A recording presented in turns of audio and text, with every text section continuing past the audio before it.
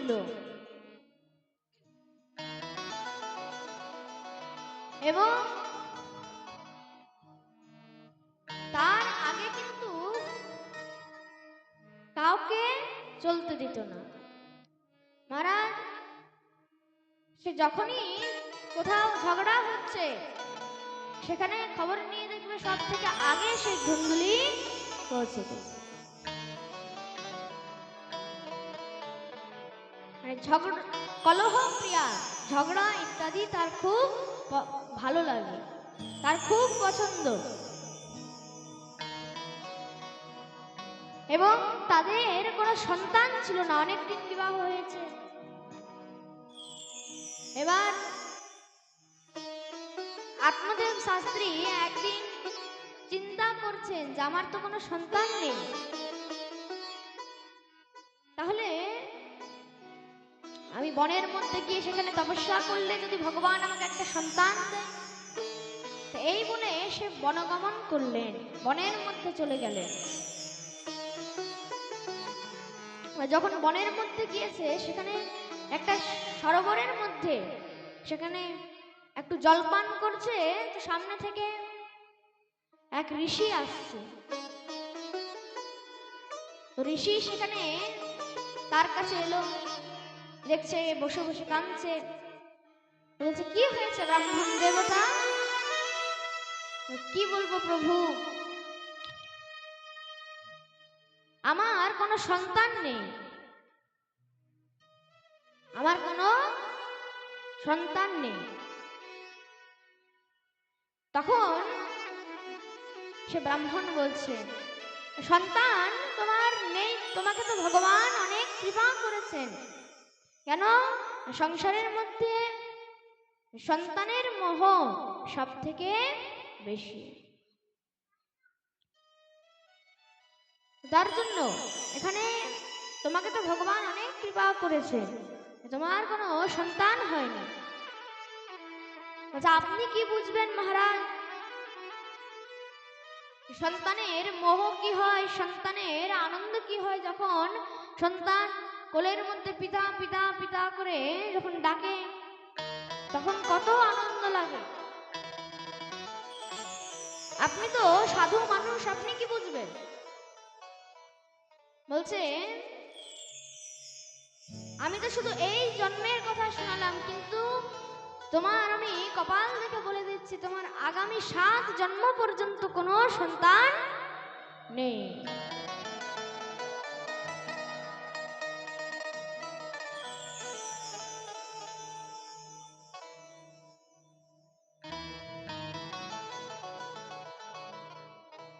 তোমার আগামী 7 জন্ম পর্যন্ত কোনো সন্তান নেই। আত্মদেব শাস্ত্রী বলছেন কি বলবো প্রভু, আমি তো শুধু এই জন্মেরই চিন্তা করছিলাম,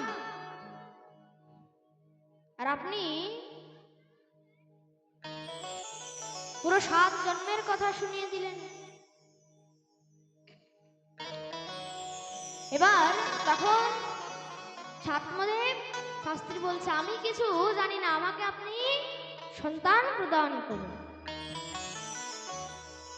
এই বলে যখনই একবার মাথা মাটির মধ্যে ফেলেছে, মাথা থেকে রক্ত পড়ে গেছে। সেই ব্রাহ্মণ বলছে তুমি ভাই যা করবে করো, আমি তো আসছি। সঙ্গে সঙ্গে তার চরণ ধরে নিলেন, বললেন না আমি তো এখানে মরবই, কিন্তু আপনাকেও এখানে আমি ব্রহ্ম হত্যার দোষ লাগিয়ে দেব। কেন আমি বললে তো কিছু হবে না, কিন্তু যদি আপনার চরণ ধরে মারা যায় তাহলে তো আপনার ব্রহ্ম হত্যার দোষ লেগে যাবে।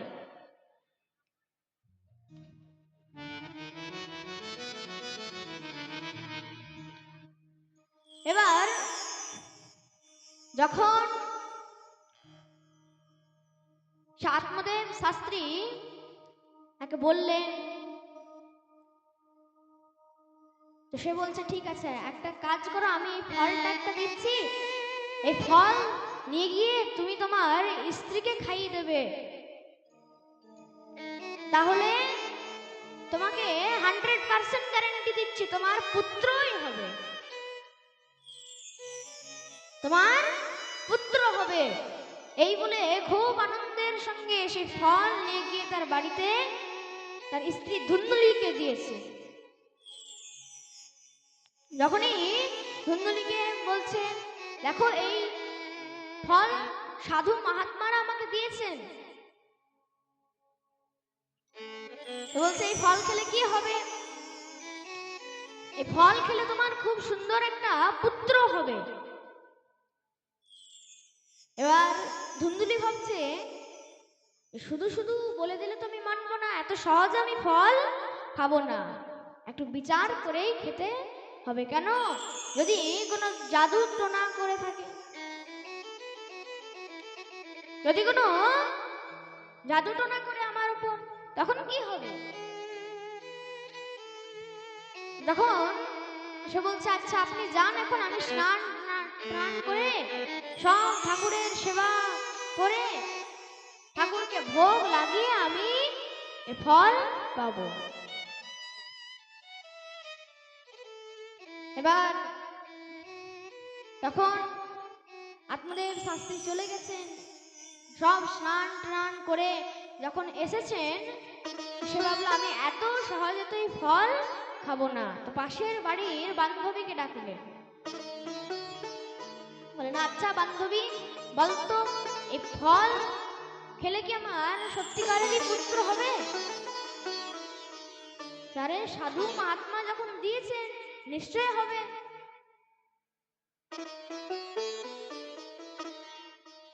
অবশ্যই হবে, আর এটা তোমার পরম সৌভাগ্য, তোমার পুত্র হবে। তোমার এতদিন পর্যন্ত কোনো পুত্র ছিল না, এবার যখন তোমার পুত্র চলেই আসবে তখন তুমি ফলটা খেয়ে নাও।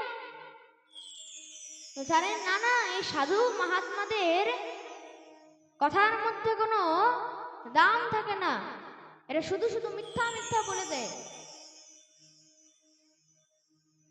তখন বান্ধবী বলছে, আচ্ছা যদি খেলে তোর কোনো পুত্র না হয়, তো এটা খেলে তো আর কোনো ক্ষতিও তো হবে না, খেতে কি কষ্ট আছে? বলছে কিন্তু বান্ধবী আমি তো শুনেছিলাম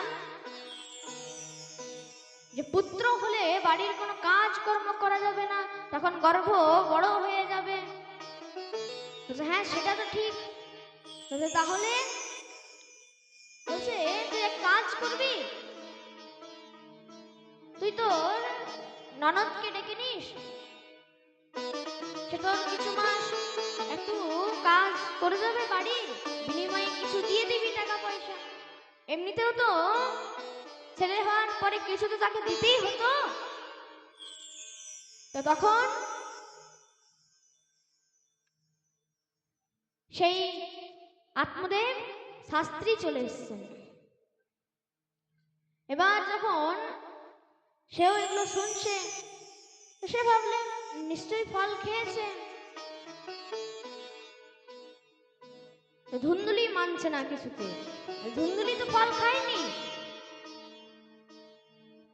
এবার যখন বান্ধবী তাকে বলছে তুই ফল খেয়ে নে, ধুন্দুলি বলছে আমি তো এতটাও শুনেছিলাম যখন শ্রী সুখদেব প্রভু মাতৃগর্ভের মধ্যে একদম 12 বছর থেকে গিয়েছিলেন, সেটা কি ঠিক? বলছে হ্যাঁ ঠিক।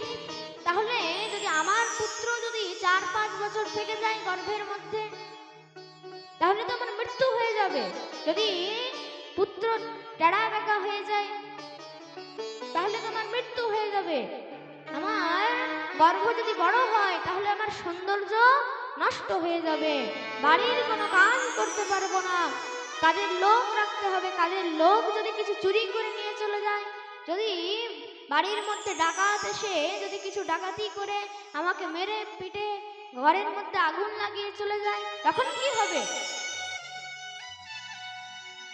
তখন বান্ধবী বলছে দেখ তুই ফলটা খেয়ে নি, কিন্তু তার এখনো বিশ্বাস হয়নি। সে ভাবছে আমি তো বিচার করেই ফল খাবো। তো বলছে আচ্ছা বান্ধবী এবার তুমি এসো। এবার যখনই বান্ধবী চলে গিয়েছে, তার বোন এসেছে, আর বোনকে বলতো, আচ্ছা বোন, এটা বলতো এই ফল খেলে কি সত্যিকারের কোনো পুত্র হবে? বলছে হ্যাঁ নিশ্চয় হবে, কিন্তু যদি এই ফল খেলে যদি কেউ আমার উপর জাদু টনা করে তখন কি করব? বলছে হ্যাঁ সেটাও ঠিক, তাহলে তুই এক কাজ কর, তোর তো যে গাভীটা রয়েছে, তোর যে গাভীটা আছে, সেই গাভীটাকে তুই এই ফলটা খাই দে। কেন? সেই গাভীটার তো কোনো বাচ্চা হয়নি, তো যদি এই ফল খেলে তার বাচ্চা হয় তাহলে সেটা পরীক্ষাও করা হয়ে যাবে।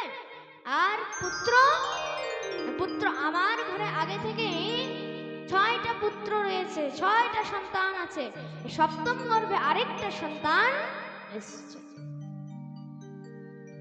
তাহলে আমি এই সন্তানকে তোকে দিয়ে দেবো, আর তুই আমাকে কিছু টাকা পয়সা দিয়ে দিস, তাহলে আমার স্বামীও মেনে নেবে। তাহলে মানুষ তো বুঝে যাবে যে আমার সন্তান নয়। বলছে এক কাজ করবি, যত দিনের পর দিন বাড়বে তত তুই পেটের মধ্যে একটা করে কাপড়ের পোটলা বাড়িয়ে নিস, তাহলে কি হবে, আস্তে আস্তে গর্ভ বড় হয়ে যাবে, আর সবাই বুঝে যাবে হ্যাঁ এটা ধুন্দুলিরই সন্তান। বলছে বাহ, তুই তো 1 মিনিটের মধ্যে সবকিছু শেষ করে দিলি। তাহলে সব ঠিকঠাক হয়ে গেছে, এবার কিছু মাস পেরিয়েছে, সে বন্ধা গাভীটিরও একটা খুব সুন্দর পুত্র হয়েছে। তাকে দেখতে কেমন না, কানগুলো শুধু গরুর মতো, পুরো শরীরটা মানুষের মতো, তো তার নাম হয়ে গেল গোকর্ণ। বলে গোকর্ণজি মহারাজ কি জয়। এবার কিছুদিন পরে সে ধুন্দুলিকে তার সন্তান দিয়েছে। এবার যখন নাম সংস্কার করা হবে, ধুন্দুলিকে বলছে কি নাম রাখবে? বলছে দেখো আমার নাম হচ্ছে ধুন্দুলি, আমার পুত্রের নাম রাখবো ধুন্দুকারী। মানুষ যেন নাম শুনেই বুঝে যায় যে হ্যাঁ অমুকের ছেলে। এবার যখন ধুন্দুকারী নাম রাখা হয়েছে, এবার যার যেমন নাম তার সেই রকমই কর্ম। দেখতে দেখতে ধুন্দুকারী মহাখলহ, ধুন্দুকারী আস্তে আস্তে অনেক বদমাশ হয়ে গেছে, নিজের সমবয়সী ছেলেদেরকে কুয়োর মধ্যে নিক্ষেপ করে দেয়, বই খাতার মধ্যে আগুন লাগিয়ে দেয়, সবার ঘর জ্বালিয়ে দেয়। আর এদিকে সেই গোকর্ণজি মহারাজ, সে গোকর্ণজি মহারাজ কিন্তু আস্তে আস্তে অনেক বিদ্বান বুদ্ধিমান পণ্ডিত হয়েছেন। আর ওই যে ধুন্দুকারীরা তো অত্যাচার, আজকে আত্মদেব ব্রাহ্মণ সেখানে বসে বসে কাঁদছে এবং চিন্তা করছে যে হ্যাঁ সাধু বলেছিলেন যে পুত্রের মোহ অনেক খারাপ জিনিস।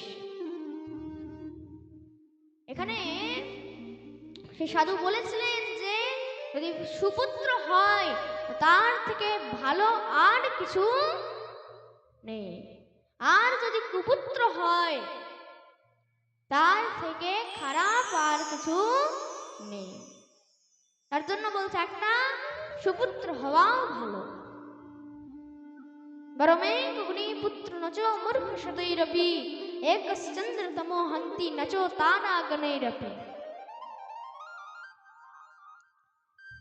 এবার বলছে একটা সুপুত্র যদি হয় তাহলেও ভালো, কিন্তু শত মূর্খ পুত্র থাকাও ভালো নয়। কেন? আকাশের মধ্যে একটা চাঁদ এত আলোকিত করছে, কিন্তু এত শত শত তারা থাকতেও কিন্তু এরা আলো আলো দিতে পারছে না। এবার আত্মদেব ব্রাহ্মণ চিন্তা করলেন এবার কি করা যায়।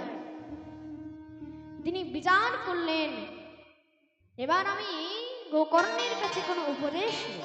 গোকর্ণজি মহারাজ বললেন যে হে পিতা, আপনি এক কাজ করুন, আপনি বনের মধ্যে চলে যান, সেখানে ভজন সাধন করুন। তো সেখানে আত্মদেব ব্রাহ্মণ বলছে, দেখো কখনো কখনো মনে হয় যে আত্মহত্যা করে দেব, ধুন্ধুকারীর এত অত্যাচার বেড়ে গেছে। আবার কখনো কখনো আশা হয় যে যদি ছেলেটা ভালো হয়ে যায়। তো বাবা, সংসারের মধ্যে সর্বপ্রথম আত্মহত্যার ব্যাপারে ভুলেও ভাববেন না। আর আশা, সব থেকে প্রথমে আপনাকে আশা ত্যাগ করতে হবে। কেন? আশা হি পরমম দুঃখম নৈরাসম পরম সুখম। হরি বল, হরি বল। আশা হচ্ছে দুঃখের মূল কারণ। আপনি ভজন সাধন করুন বনের মধ্যে। এবার যখন বনের মধ্যে গিয়েছে, সেখানে ভজন করতে লেগে গিয়েছে, আর এদিকে ধুন্ধুকারী আর ধুন্ধুলি এবং গোকর্ণজি মহারাজ রয়েছে। তো গোকর্ণজি মহারাজ দেখলেন যে আমারও এখানে আর থাকলে চলবে না। কেন? যাহা দেখো ঘটপট, ওহা সে ভাগো ঝটপট। হরি বল, হরি বল। প্রেম তো বলো রাধে রাধে। গোকর্ণজিও মহারাজ তিনিও অনেক দূরে চলে গেলেন। এবার সে মহারাজ এত বিদ্বান, বুদ্ধিমান, পণ্ডিত, কাশীর মধ্যে যাচ্ছে এবং যেতে যেতে হরিনাম করতে করতে যাচ্ছেন। তা শুন, আমরা একটু হরিনামের আনন্দ নিয়ে আবার কথার মধ্যে প্রবেশ করব।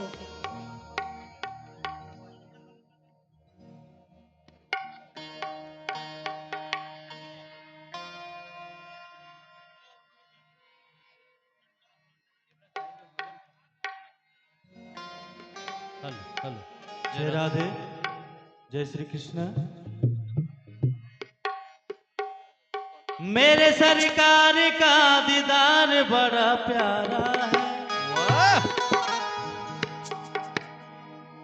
मेरे सरकार का दीदार बड़ा प्यारा है। कृष्ण मेरा प्यारा, गोविंद बड़ा प्यारा है। मेरे सरकार का दीदार बड़ा प्यारा है, मेरे सरकार का दीदार बड़ा प्यारा है। कृष्ण मेरा प्यारा, गोविंद बड़ा प्यारा है। कृष्ण मेरा प्यारा, गोविंद बड़ा प्यारा है। मेरे सरकार का दीदार बड़ा प्यारा है, मेरे सरकार का दीदार बड़ा प्यारा है। कृष्ण मेरा प्यारा, गोविंद बड़ा प्यारा है।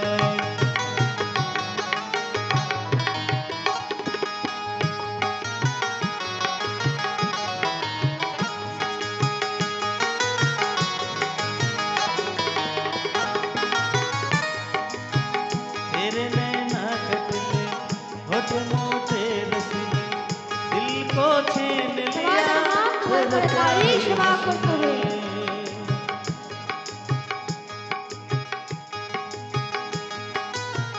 तेरे नैना कटले, होठ मोटे रसीले, दिल को छीन लिया तेरे प्यारी हंसले।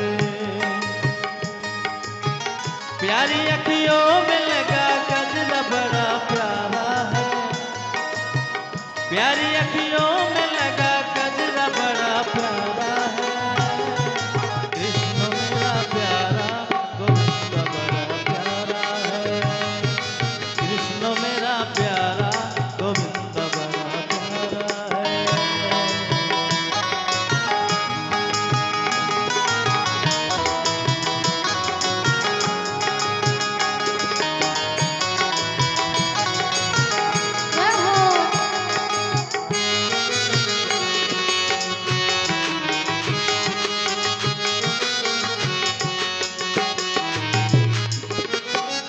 लतों ने लूट लिया, जिगर घायल ही किया, तेरी प्यारी यादों ने मुझे बेचैन किया।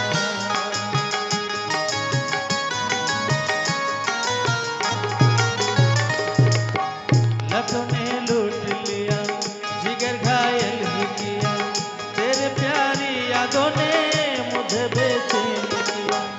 मेरे सीने में तेरा दर्द बड़ा प्यारा है,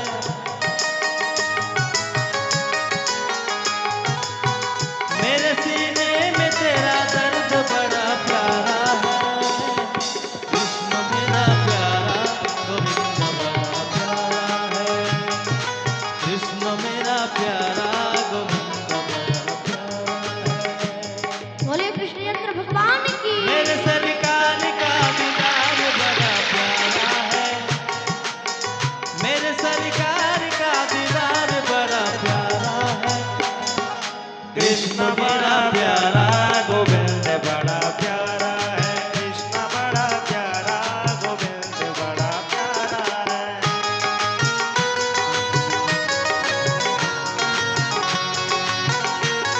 प्रेम से बोलो राधे राधे।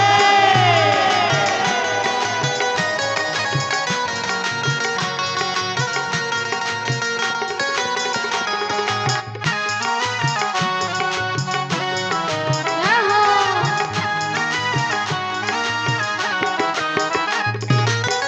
ओ मेरे शाम प्रिया, तेरे बिन तड़प जिया, प्रेम तुमसे ही किया, तुम क्या बात किया।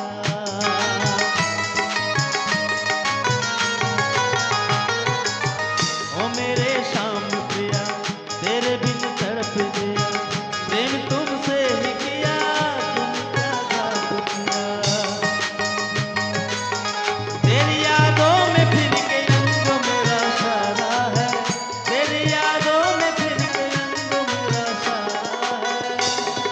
कृष्ण मेरा प्यारा गोविंद मेरा प्यारा है, कृष्ण मेरा प्यारा गोपाल मेरा प्यारा है, कृष्ण मेरा प्यारा गोपाल मेरा प्यारा है, कृष्ण मेरा प्यारा गोविंद मेरा प्यारा। मेरे सरकार का दीदार बड़ा प्यारा है, मेरे सरकार का दीदार बड़ा प्यारा है। हाँ, कृष्ण बड़ा प्यारा गोविंद बड़ा प्यारा है, कृष्ण बड़ा प्यारा गोविंद बड़ा प्यारा हरि है। बोल। मेरा प्यारा गोविंद बड़ा प्यारा है, कृष्ण बड़ा प्यारा गोविंद बड़ा प्यारा है, कृष्ण मेरा प्यारा गोविंद बड़ा प्यारा है, कृष्ण बड़ा प्यारा गोविंद बड़ा प्यारा है, कृष्ण मेरा प्यारा गोविंद बड़ा प्यारा है, कृष्ण बड़ा प्यारा गोविंद बड़ा प्यारा है। बोले भागवत भगवान की। जय हो जय हो।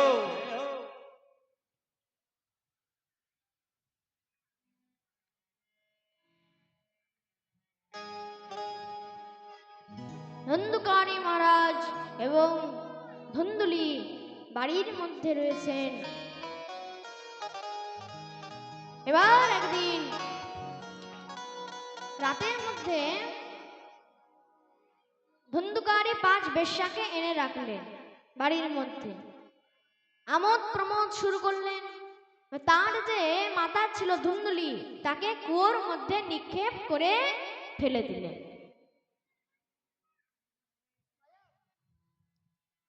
এবং যখন সে ধুন্দুলিকে ফেলে দিলেন, তো সে মারা গেল, আত্মা হয়ে গেছে। এবং সেই যে 5 বেশ্যা ছিল, তো তারাও একদিন বিচার করলেন, একে তো সব রাজার সৈনিকরা খোঁজাখুঁজি করছে, তো যদি একে যদি ধরে নেয় তাহলে আমাদেরকেও বন্দি বানিয়ে নেবে, আমাদেরকেও ফাঁসিতে ঝুলিয়ে দেবে। তার থেকে ভালো একে মেরে চলে যায়।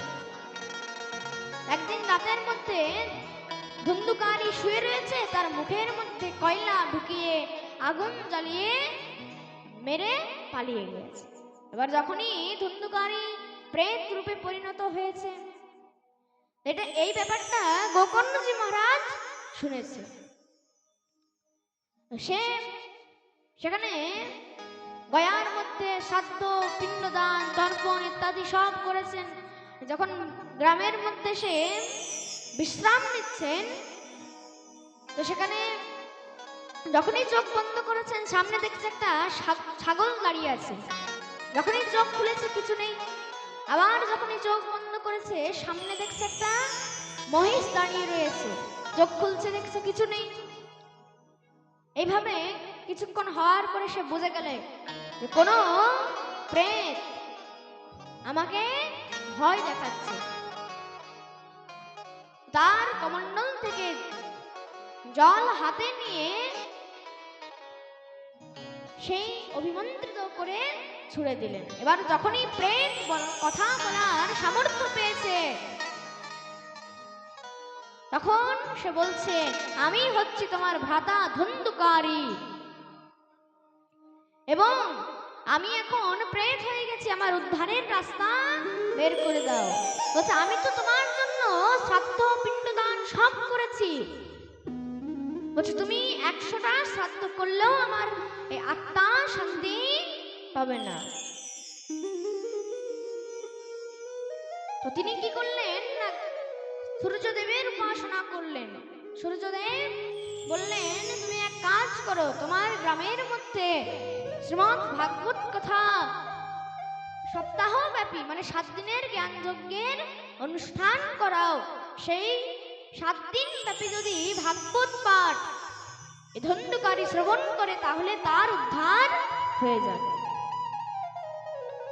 তো গোকর্ণজি মহারাজ 7 দিনের দিব্য ভাগবত পাঠ অনুষ্ঠান করলেন। এবার যখনই ধুন্ধুকারীকে একটা জায়গা দেওয়া হয়েছে, বসার জায়গা দেওয়া হয়েছে, জায়গাতে যখনই বসে আছে একটু হাওয়া দিচ্ছে, উড়ে যাচ্ছে, বায়ুরূপ। তো তিনি কি করলেন, পাশে একটা বাঁশ ছিল, সেই বাঁশের মধ্যে একটা ছোট জায়গা ছিল, তো সেখানে বসিয়ে দিলেন ধুন্ধুকারীকে। এবার যখনই একদিন শেষ হয়েছে, সে বাঁশের একটা গ্রন্থি ফেটে গেছে। 2 দিন হয়েছে, 2টো গ্রন্থি ফেটে গেছে। 3 দিন হয়েছে, 3টে গ্রন্থি ফেটে গেছে। এইভাবে যখনই 7 দিন পূর্ণ হয়েছে, তখনই পুরো 7টি গ্রন্থি ফেটে গেছে। এবার ভগবান শ্রীকৃষ্ণের পার্শ্বদগণ একটা বিমান নিয়ে ধুন্ধুকারীকে নিতে এসেছেন। যখনই ধুন্ধুকারী গোকর্ণজি মহারাজকে প্রণাম করে বিমানের মধ্যে উঠেছেন, সে প্রশ্ন করলেন পার্শ্বদগণকে, আচ্ছা প্রভু, আমার একটি মনের মধ্যে প্রশ্ন রয়েছে। কি প্রশ্ন? না, পাঠ তো সবাই শ্রবণ করেছে, কিন্তু শুধু ধুন্ধুকারীর কেন উদ্ধার হলো, বাকি সবার কেন উদ্ধার হলো না? বলছে, দেখো, সংসারের মধ্যে যার যেমন পাত্র তার সেই রকম ফল। সবাই তো ভাগবত পাঠ শ্রবণ করেছে, কিন্তু কেউ একনিষ্ঠ ভাবে শ্রবণ করেছে, কেউ নির্জলা রূপে শ্রবণ করেছে, কেউ সম্পূর্ণ নিয়ম নিষ্ঠা পালন করে শ্রবণ করেছে। এবং এই যে ধুন্ধুকারী, এই ধুন্ধুকারী তো এক স্থানের মধ্যে 7 দিন নির্জলা থেকে, সব নিরাহার থেকে, সব নিয়ম নিষ্ঠা সম্পূর্ণ করে ভাগবত পাঠ শ্রবণ করেছে। তাহলে এর জন্যই এর উদ্ধার হয়ে গেল। আর বাকিরাও যদি এইভাবেই নিয়ম নিষ্ঠা সম্পূর্ণ করে, বাজাও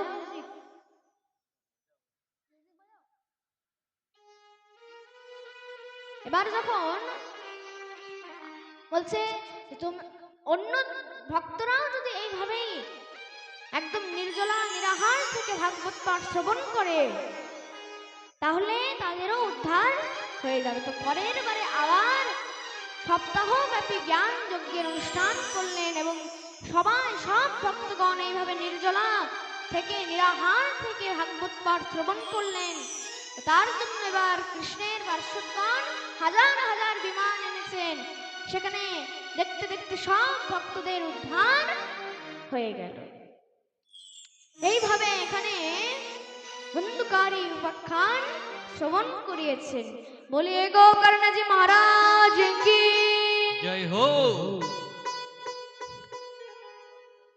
দেখো, ভাগবত পাঠ শ্রবণ করে 7 দিন পর্যন্ত যদি কেউ ভাগবত পাঠ শ্রবণ করে, তাহলে কোনো প্রেত, এরকম মানুষ তো ছাড়ো, কোনো প্রেত আত্মা তারও উদ্ধার হয়ে যায়। এবার শ্রী সূর্যজি মহারাজ বলছেন, দেখো ভাগবত এমন জিনিস, কাল ব্যাল মুখতিগ্রাস ত্রাস নির্নাশ হেতবে শ্রীমৎ ভাগবতং কলঙ্কিরেণ ভাসিতম। হরি বল হরি বল।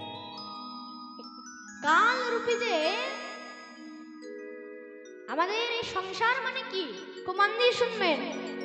আমাদের এই সংসার মানে হচ্ছে কাল রূপী একটা সর্প। সে সাপ, সে নিজের মুখ থেকে নিজের এই জীবটা লম্বা করে মেলে আছে, সেটা হচ্ছে মায়া। আর সেই জীবের মধ্যে, সেই নরম জীবের মধ্যে আমরা সব বসে রয়েছি। আমরা ভাবছি যে আহা কত আনন্দ লাগছে নরম জিনিসের ওপর, কিন্তু আমরা কেউ জানি না যে এটা হচ্ছে মায়ার ছল। এটাই হচ্ছে মায়া। এবার যদি কেউ সাপের মুখ থেকে কেউ বাঁচতে চায়, তাহলে একমাত্র শুধু হরিনাম করতে হবে, হরিনাম শ্রবণ করতে হবে, সৎসঙ্গ করতে হবে।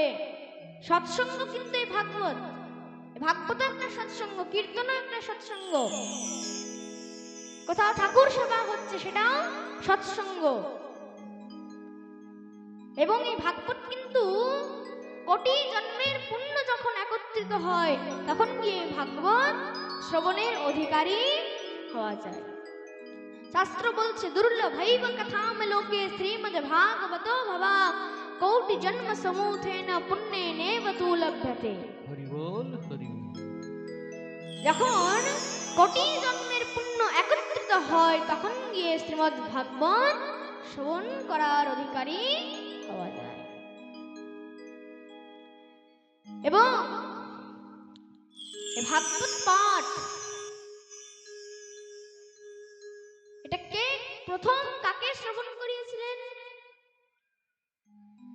এই ভাগবত পাঠ প্রথম শ্রবণ করিয়েছিলেন সনকাদি ঋষি দেবর্ষি নারদকে।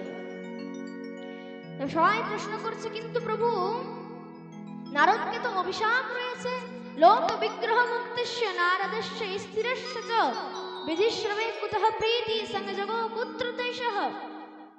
নারদকে তো অভিশাপ রয়েছে। কিসের অভিশাপ? 2 ঘড়ির উপরে এক জায়গার মধ্যে দাঁড়াতেও পারবে না। 2 ঘড়ি মানে কি? শাস্ত্র বলছে 1 ঘড়ি মানে হচ্ছে 24 মিনিট। তাহলে 2 ঘড়িতে কত? 48 মিনিট। 48 মিনিটের ওপর দেবর্ষি নারদ এক জায়গাতে দাঁড়াতেও পারবে না। তাহলে 7 দিন পর্যন্ত যে ভাগবত শ্রবণ করলো, এ কিভাবে সম্ভব? তার মৃত্যু হলো না? বলছে এটাই হচ্ছে কার কৃপা, এটাই হলো ভগবানের কৃপা। প্রলয়ং হি গমিষ্যন্তি শ্রীমদ্ ভাগবতধনে কলেন দোষা ইমে সর্বে সিংহ সবলাত মৃগা ইবা। হরি বল হরি বল। বলছে যদি প্রলয়ও লেখা থাকে, ভাগবতের সামনে সেই প্রলয় চলে যায়। এই ভাগবত এমন জিনিস। প্রভু এই ভাগবত কিভাবে শ্রবণ করলেন? দেবর্ষি নারদ এই ভাগবত কিভাবে শ্রবণ করলেন? আমরা সে কথা শ্রবণ করতে চাই। তখন বলছেন এক সময়ের কথা, একদাহি বিশালায়ং চত্বার ঋষিयो मला সৎসঙ্গার্থং সমায়তে। দেবর্ষি নারদ একবার বিশালাপুরী মানে বদ্রীনাথের মধ্যে যাচ্ছেন। বদ্রীনাথের মধ্যে সেখানে সামনে থেকে দেখছেন যে সনকাদি ঋষি মানে 4 জন ঋষি কুমার আসছেন। সনকাদি ঋষি মানে কে কে? সনক, সনন্দন, সনাতন এবং সনত কুমার। এই চারজন ঋষি কুমার হচ্ছে সনকাদি। তো ভগবানের এই সনকাদি হচ্ছে কিন্তু ভগবানের যে 24টি অবতার রয়েছে, 24টি অবতারের মধ্যে সনকাদি হচ্ছে ভগবানের প্রথম অবতার। এবং এই 24টি অবতার কি কি ভগবানের? ভগবানের 24টি অবতার হচ্ছে সনকাদি, বরাহ, নারদ, নরনারায়ণ, কপিল, দত্তাত্রেয়, যজ্ঞ, ঋষভ, পৃথু, মৎস্য, কূর্ম, ধনন্তরী, মোহিনী, রাম, বলরাম, পরশুরাম, ব্যাসদেব, নরসিংহ, বামন, কৃষ্ণ, বুদ্ধ, কল্কি, হংস এবং হয়গ্রীব। বলিয়ে ভক্তবৎসল ভগবান কি জয় হো। 24টি অবতার রয়েছে ভগবানের, তার মধ্যে সনকাদি হচ্ছে ভগবানের প্রথম অবতার। তো সনকাদি ঋষি দেবর্ষি নারদকে বলছেন, হে দেবর্ষি, আপনি এত চিন্তায় কোথায় যাচ্ছেন? আপনি এত চিন্তার মধ্যে কোথায় যাচ্ছেন? কথং দিনমুখ চিন্তা দুরভবান, এত চিন্তিত আপনি কেন আছেন? প্রভু, আমি তো আমার নিজের ব্যক্তিগত চিন্তা নয়, এটা আমার নিজস্ব চিন্তা নয়, তাহলে আমি জগতের চিন্তা দেখে চিন্তিত হয়ে রয়েছি। দেখুন, যারা আমরা যেমন সাধারণ মানুষ সবসময় আমাদের নিজের চিন্তাতেই চিন্তিত হয়ে থাকি, কিন্তু মহাপুরুষগণ তারা কি হয়? তারা সব সময় জগতের চিন্তা দেখে, পুরো ব্রহ্মাণ্ডের চিন্তা দেখে চিন্তিত হয়ে থাকে। এরা হচ্ছে মহাপুরুষগণ। তো বলছে, এমন কি দেখেছো এত চিন্তা রয়েছে? বলছে, একবার আমি, ভগবান যখন স্বধাম গমন করলেন, তো স্বধাম গমনের পরে আমি একবার ভাবলাম যে তীর্থযাত্রা করব। কোন কোন তীর্থ গেছো? কোন কোন তীর্থ গেছো? পুষ্করং চ প্রয়াগং চ কাশীং গোদাবরীং তথা হরিক্ষেত্রং কুরুক্ষেত্রং শৃঙ্গম সেতুবন্ধনম এবমাদিষু তীর্থেষু ভ্রমমাণ ইতস্ততঃ নাপশ্যং কুত্রচিৎ চরম মনোঃ সন্তোষকারকম। হরি বল, হরি বল। না পুষ্কর গেছি, প্রয়াগ গেছি, কাশী গেলাম, গোদাবরী গেলাম, হরিক্ষেত্র গেলাম, কুরুক্ষেত্র গেলাম, শৃঙ্গম গেলাম, সেতুবন্ধ রামেশ্বরম গেলাম, কিন্তু কোথাও গিয়ে মনের শান্তি পেলাম না। এমন কি দেখেছো মনে শান্তি পেলে না? খুব মন দিয়ে শুনবেন, এমন কি দেখেছো? আমি প্রত্যেকটি জায়গার মধ্যে একটাই জিনিস দেখেছি, সেটা হচ্ছে সত্যং নাস্তি তবহ শৌচ দয়া দানন্য বিদ্যতে উদরম হরিণো জীবা বরাকা কূট ভাসিনা। সেখানে মানুষের মধ্যে কোনো সত্যতা নেই, সত্যি নেই, সততা নেই। এখন মানুষ কথায় কথায় শুধু মিথ্যার আশ্রয় নিয়ে চলে। আর আগে এমন যুগ ছিল যে কাউকে যদি রাতের মধ্যে বলা হতো তোমাকে সকালে উঠে একটা মিথ্যা কথা বলতে হবে, আগেকার যুগে, তখন সে মানুষটার ঘুম হতো না সারা রাত। কেন? তখনকার মানুষের মিথ্যা বলা অভ্যাসই ছিল না। এবং এখনকার মানুষ, এই কলিযুগের মানুষকে যদি বলা হয় রাতের মধ্যে যে দেখো কালকে সকালে উঠে একটা তোমাকে সত্যি কথা বলতে হবে, সেই মানুষের পুরো রাত ঘুম হতো না। কেন? এখনকার মানুষের সত্যি বলা অভ্যাসই নেই। এবং এখানে দেবর্ষি নারদ বলছে সেখানে কোনো শৌচ নেই, শৌচ রয়েছে মানে পুরো বাইরের দিক থেকে, কিন্তু অন্তরে মনের মধ্যে কোনো শৌচতা নেই। মানুষ তো খুব সাবান মাখছে, শ্যাম্পু করছে, তেল মাখছে বাইরের সৌন্দর্য দেখানোর জন্য, কিন্তু মনের মধ্যে কিন্তু আজ পর্যন্ত কারো সৌন্দর্য, এত শৌচতা মনের মধ্যে কারো নেই। এবার দেবর্ষি নারদ বলছে, দয়া দানান্য বিদ্যতে। এখন মানুষের কোনো কেউ দয়া করছে না, মায়া করছে না, দান করছে না। এখনকার মানুষ সৎসঙ্গের মধ্যে দান করছে না, তাহলে এখনকার মানুষ অসৎসঙ্গ মধ্যে দান করছে।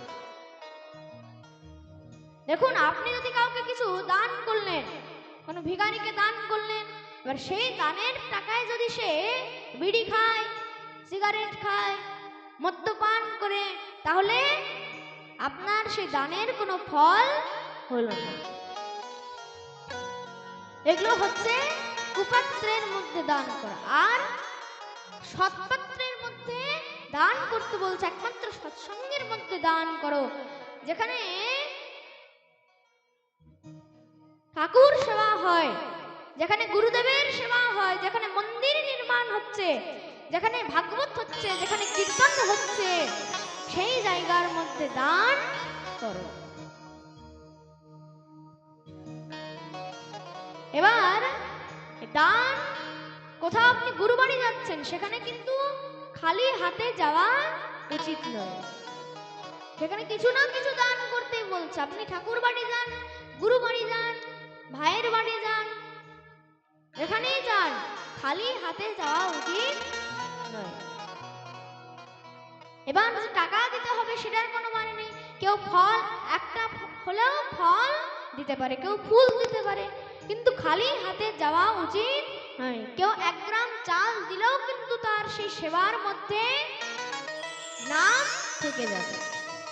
তার জন্য শাস্ত্র বলছে, কুরিয়া দিব্যময়ীম উদহ। কোথাও যদি যাও তাহলে সেখানে খালি হাতে যাওয়া উচিত নয়। এবং যত পারবে সৎসঙ্গ করাতে হবে, যত পারবে হরিনাম করাও, হরি ভজন করাও, একমাত্র সৎসঙ্গ করাও। এই হরিনাম করলে কি হবে? আপনার জীবন ধন্য হয়ে যাবে, জীবন সার্থক হয়ে যাবে।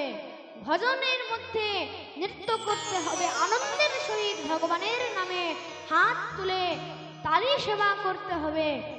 কেউ যদি হাত না তুলে, তখন ভগবানও কিন্তু তার হাত ধরে আর টানে না। কেউ যদি খুব জোরে হাত তুলে, তাহলে ভগবানও কিন্তু তাকে তাড়াতাড়ি উপর দিকে টেনে নেয়।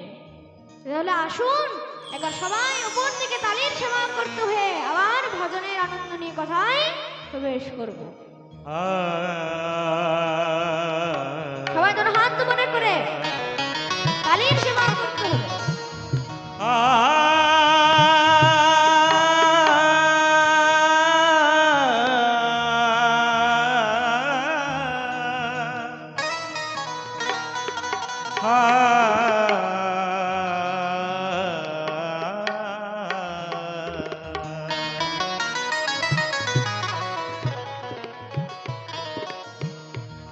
भजहु रे मन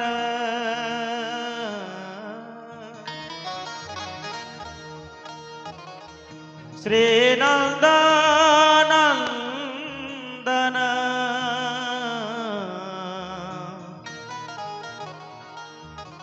अभय चरणर बिंद रे भजहु रे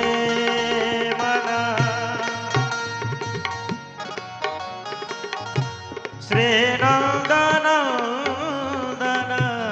अभय चरणर बिंद रे अभय चरणर बिंद रे ओए वृंदावन में हरि नाम भजहु रे मन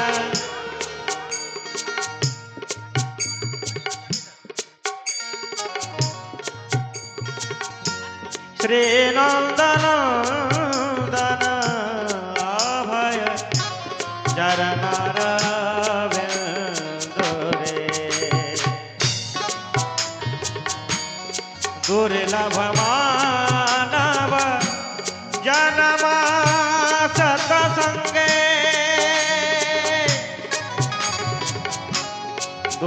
लभ मानव जन्म सतसंग तोर है भव सिंधु रे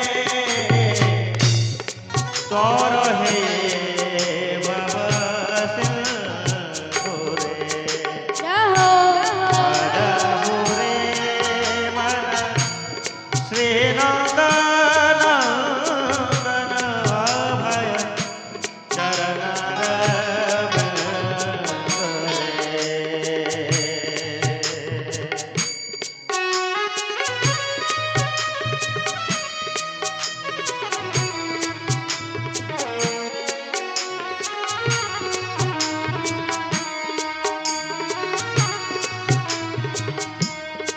सीता बात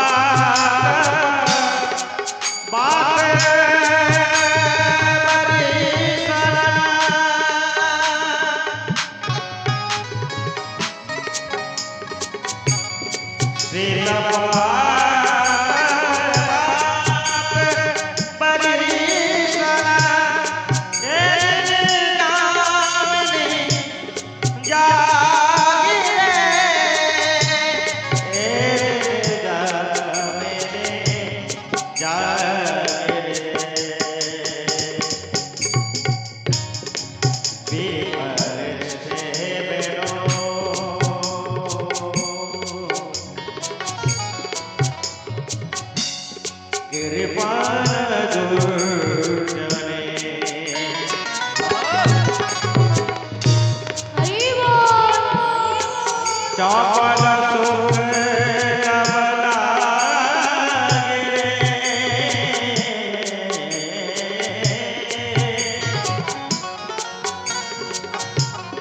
चपल सुख अबला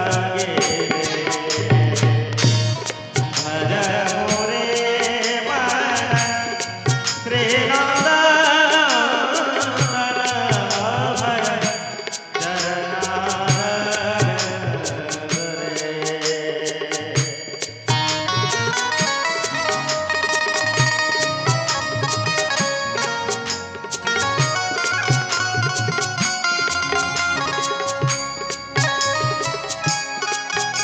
श्रीमती राधा रानी सरकार की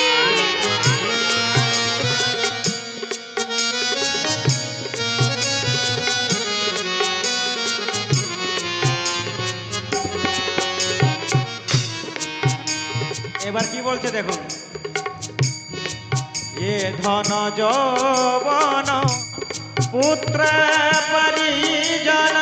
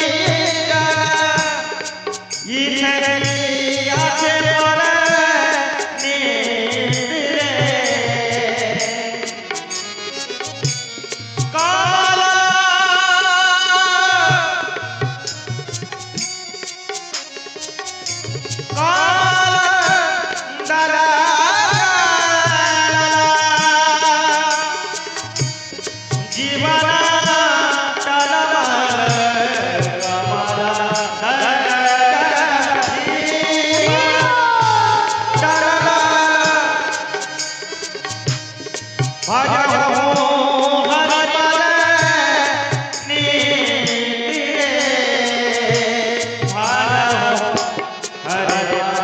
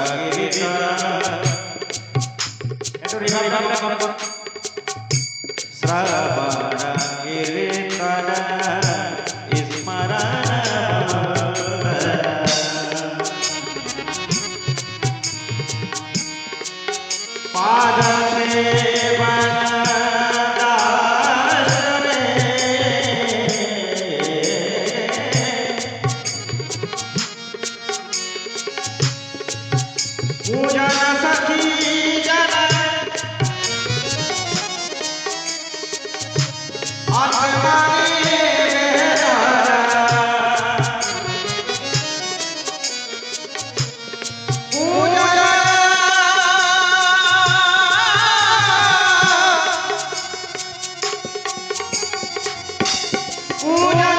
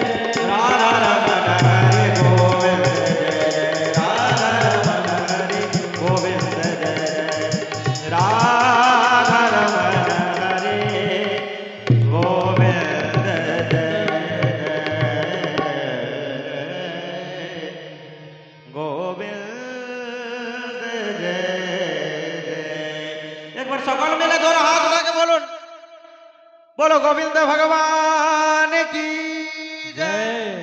जोर से एक जोरे बोलून, बोलून गोविंद भगवान की जय। आरो जोरे बोलून राधा रानी सरकार की जय। बांके बिहारी लाल की जय हो। जय जय श्री राधे, जय जय श्री राधे।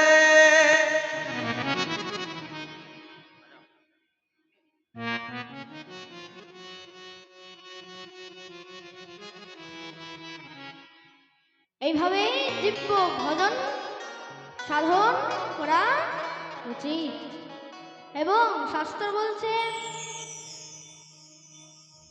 যার সাথে যেমন সঙ্গ করবেন সেই রকমই আপনার পরিবর্তন হয়ে যাবে। আপনি কোনো সৎসঙ্গ করছেন তাহলে আপনারও জীবন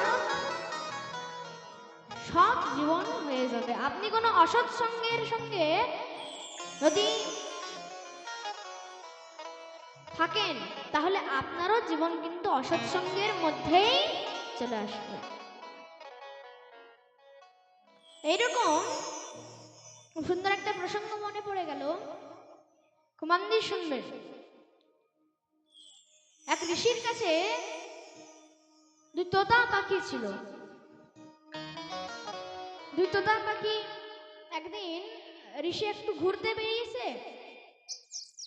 তো সেই তোতা পাখিটা উড়ে গেছে। একটা তোতা পাখি উড়ে গেছে আর একটা পাখি খাঁচার মধ্যেই বন্দি আছে। তো যেটা উড়েছে সেটাকে একটা কসাই ধরে নিয়েছে। কসাই ধরে পড়ে নিজের বাড়ির মধ্যে খাঁচার মধ্যে রেখেছে। আর সেই যে ঋষির কাছে যে তোতা পাখিটা ছিল সেটাও আস্তে আস্তে বড় হচ্ছে। তো কসাইয়ের যে তোতা পাখিটা সে আস্তে আস্তে প্রথমে তো সাধু ছিল, সাধুর কাছে ছিল, ওই জন্য সাধু ছিল। যখন কসাইয়ের কাছে এসছে, কসাই সবসময় শেখায় যে মারো কাটো এইসব শেখায়, ভাগো মারো কাটো ইত্যাদি সব শেখায়, খারাপ খারাপ জিনিস। তোতাও শিখেছে, কেউ এলেই তখন ভাগো মারো কাটো। আর ওই যে সাধুর কাছে যে তোতাটা ছিল আস্তে আস্তে সাধু তাকে সীতারাম বলতে বলতো, সে বলতো সীতারাম। যদি রাধেশ্যাম বলতো, আবার কখনো কখনো রাধে রাধে বলতো। এইভাবে সেই তোতাটি বড় হয়েছে। এবার সে সাধুর একদিন অনেক শরীর অসুস্থ হয়ে পড়েছে। শরীর অসুস্থ হয়েছে, সে এক ব্যক্তিকে ডাকলেন যে শোনো, এই যে আমার তোদাটা রয়েছে, এই তোদাটাকে তুমি নিয়ে চলে যাও, এবার আমার আর শরীর ঠিক চলছে না, তুমি একে রেখে নাও। অনেক ভালো ভালো জিনিস বলে। এবার আর দেখুন, যে ব্যক্তিকে বলেছে সে কিন্তু এই কসাই ছিল, যার কাছে আগে থেকে একটা তোতা ছিল। তো সেই কসাই আবার এসেছে, তো তাকে বলছে তোতাটা নিয়ে যাও। তো দুটো তোতাকে রেখেছে খাঁচার মধ্যে। তা একটা শুধু বলতো যে মারো কাটো ভাগো, আর একটা বলতো সীতারাম রাধেশ্যাম। একজন আরেকজনকে বলছে আচ্ছা ভাই, আমরা তো এক জায়গাতেই থাকতাম, তুই এইরকম কেন শিখলি? এগুলো খারাপ জিনিস। যদি জীবনকে সার্থক করতে চাস তাহলে সীতারাম বল, রাধেশ্যাম বল। বলছে না, আমার মালিক তো আমাকে এইভাবেই শিখিয়েছে।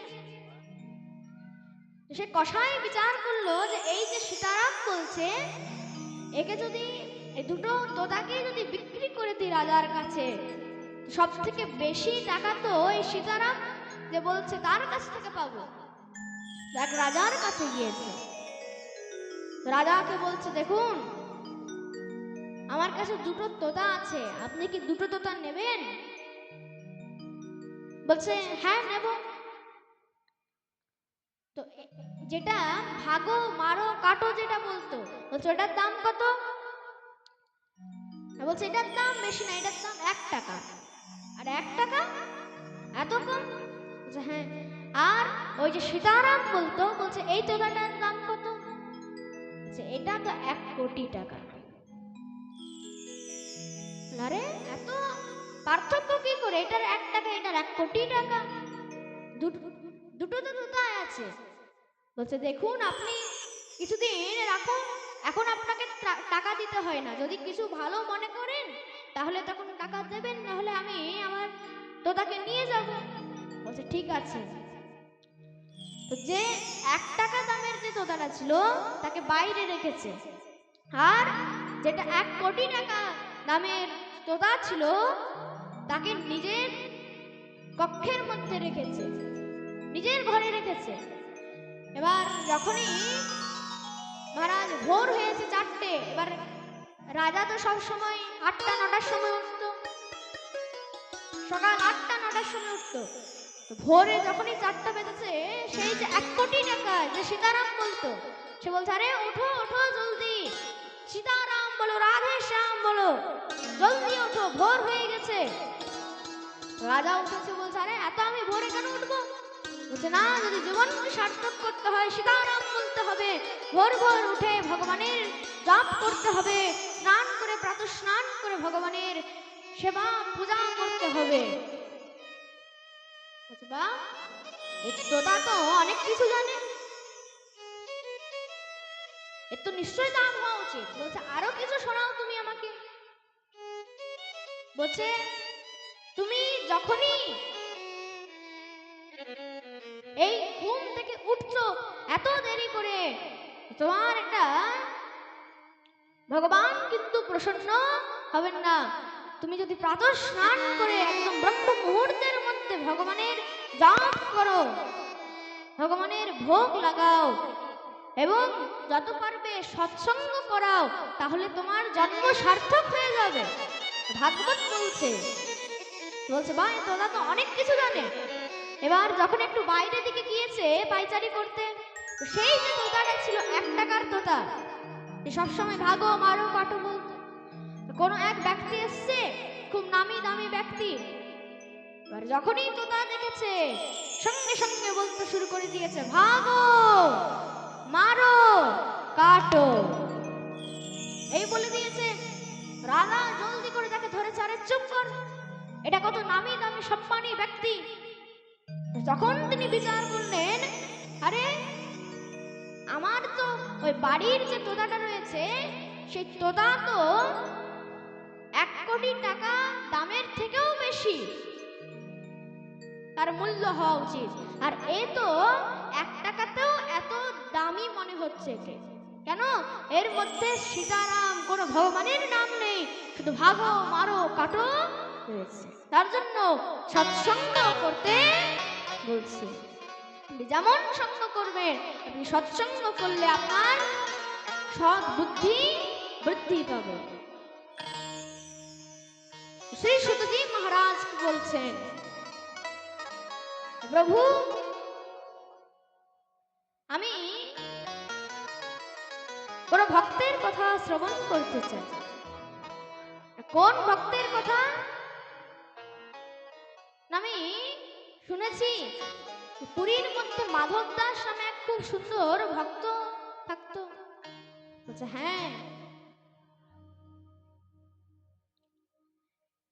বলছে হ্যাঁ, মাধব দাস তো খুব বড় ভক্ত জগন্নাথের। বলছে তো প্রভু আমি তার কথা শ্রবণ করতে চাই। যখনই বলেছে, সে বলছে ঠিক আছে শোনো, এক সময় এক কাশীর বিদ্বান বুদ্ধিমান পণ্ডিত, সে সবসময় শাস্ত্র তর্ক করত এবং শাস্ত্র তর্কের মধ্যে সবাইকে হারিয়ে দিত। এত তার মধ্যে শাস্ত্রের জ্ঞান ছিল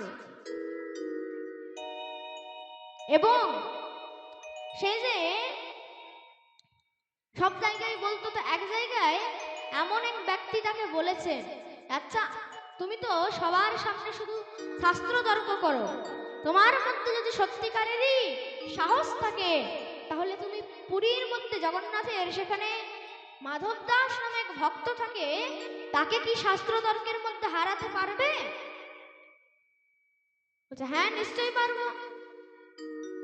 ঠিক আছে তাহলে আমি যাচ্ছি। বলছে দাঁড়াও, তুমি তো যাবে, কিন্তু তুমি যদি সত্যিকারেরই এটা করতে পারো তাহলে একটা ভোজপত্রের মধ্যে তুমি লিখিয়ে আনবে যে হ্যাঁ আমি কাশীর বিদ্বান বুদ্ধিমান পণ্ডিতের কাছে আমি হেরে গেছি শাস্ত্র তর্ক করে, আর নিচে তার সহি থাকবে, তার স্বাক্ষর থাকবে যে নিচে মাধব দাস। বলছে ঠিক আছে আমি আসছি। দৌড়ে চলে গেছে একদম পুরীর মধ্যে, তখনকার যুগে 2-3 দিনে পৌঁছে গেছে। খুঁজতে খুঁজতে ঠিক মাধব দাসের কাছে চলে এসেছে। সেখানে মাধব দাসকে বলছে আচ্ছা মাধব দাস কি তুমি? বলছে হ্যাঁ। তাহলে তুমি আমার সাথে শাস্ত্র তর্ক করো, আর আমি তোমাকে শাস্ত্র তর্কের মধ্যে হারাতে চাই, তোমাকে হারিয়ে যাব। এই বলতে বলতে মাধব দাস সে মহারাজ বলছে না প্রভু এ কি করে হয়, এ সম্ভব নয়। আপনি এত বড় একজন বিদ্বান বুদ্ধিমান, আপনার চরণধুলি আমার এখানে পড়েছে, তাতেই আমি ধন্য হয়ে গেছি, আমার আর কিছু চাই না। তো বলছে না শাস্ত্র তর্ক তো তোমাকে করতেই হবে। বলছে হ্যাঁ প্রভু কিন্তু আমি এমনিতেই হেরে গেছি। বলছে তাহলে একটা ভোজপত্রের মধ্যে লিখে দাও তুমি আমার কাছ থেকে হেরে গিয়েছো, আর নিচে তোমার স্বাক্ষর শ্রী মাধব দাস যেন নাম থাকে। এই বলে মাধব দাস তখন ভোজপত্রের মধ্যে লিখে দিয়েছে। এবার যখন মাধব দাস লিখেছে সে খুব আনন্দিত হয়েছে যে আমি তো তাহলে জিতে গেছি। চলে গিয়েছে সেই মহাপুরুষের কাছে, বলছে না তোমার সেই মাধব দাসকে হারিয়ে দিয়েছে। যে হতে পারে না, যারা নিজে দেখো এই দেখো লিখে দিয়েছে যে সে হেরে গেছে আমার কাছে। হ্যাঁ যখনই দেখেছে বলছে দেখো এখানে তো উল্টো লেখা আছে যে তুমি সেখানে গিয়েছো আর তুমি সেখানে শাস্ত্র তর্ক করে হেরে গেছো, আর নিচে তার স্বাক্ষর মাধব দাস। এ কি করে হতে পারে, এ তো সম্ভব নয়। আমি সেখানে নিজে দেখলাম সে লিখলো যে আমি কাশীর বিদ্বান বুদ্ধিমানের কাছ থেকে শাস্ত্র তর্ক করে হেরে গিয়েছি, নিচে তার স্বাক্ষর মাধব দাস। বলছে কিন্তু এখানে তো এটাই লেখা আছে। দৌড়ে গিয়ে আবার সে পুরীর মধ্যে সেখানে গিয়েছে মাধব দাসের কাছে, বলছে আরে তুমি আমার সাথে ধোঁকা করো,